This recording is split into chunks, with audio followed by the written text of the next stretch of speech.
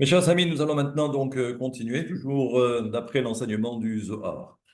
Ner shel Shabbat in she'a ma kadisha iteivat la adlaka. Nous savons que le vendredi soir, juste avant Shabbat, les femmes ont l'obligation d'allumer les bougies de Shabbat.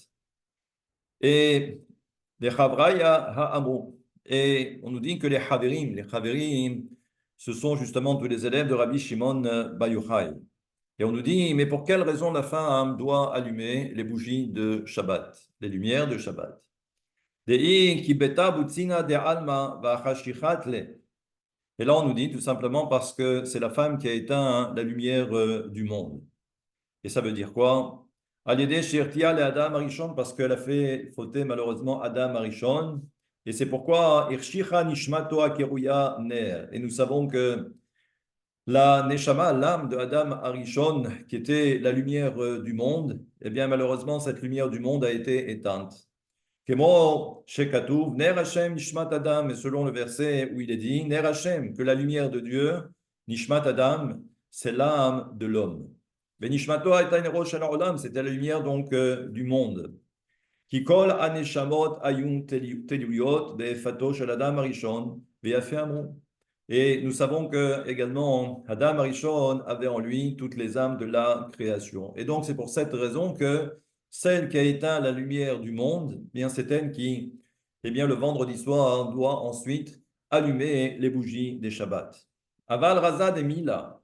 Mais maintenant, quel est le sod? Quel est le secret? Sukat Shalom Matronita de Almaï. Nous savons que celle que l'on appelle Matronita, c'est celle qui fait référence à la séphira de Malchut.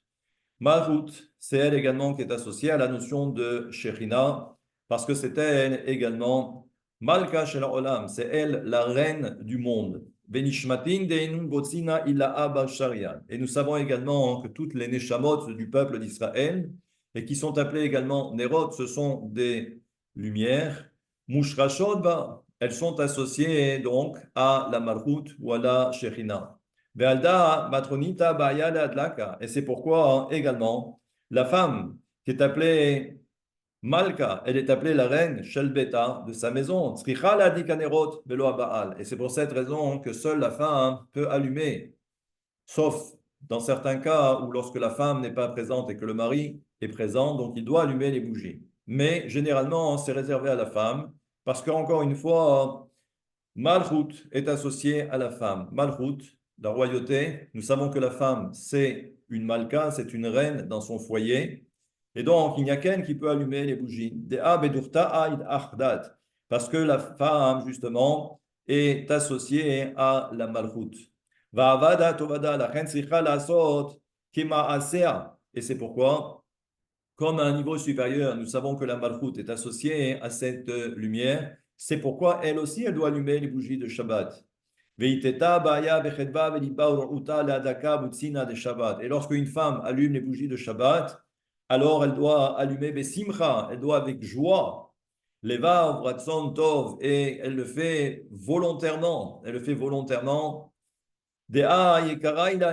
parce que c'est quelque chose, c'est un kavod qu'on lui fait, parce qu'on l'associe à la malchut, on l'associe à la reine supérieure, à la malchut. Et là, et lorsque c'est le cas, alors oui, elle aura le mérite d'avoir des enfants kedoshim, des enfants saints. Et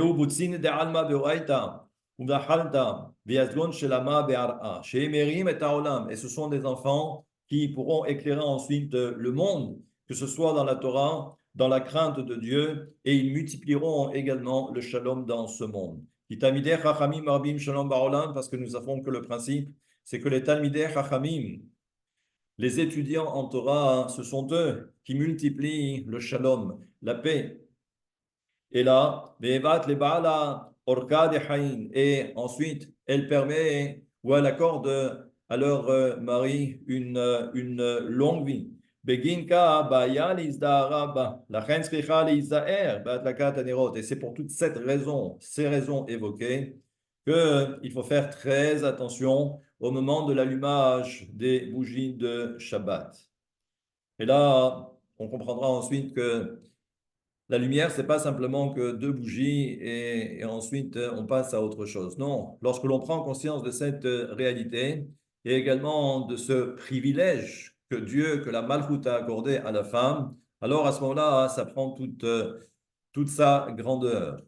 Eh bien voilà, voilà quelques enseignements du Zohar pour bien comprendre.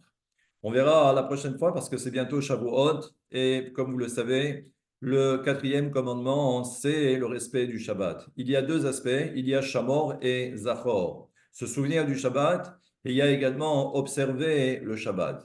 Les deux, on le verra, font référence. Le Zachor fait référence au Zer Anpin et le Shamor, l'observance, fait référence à la Malchut.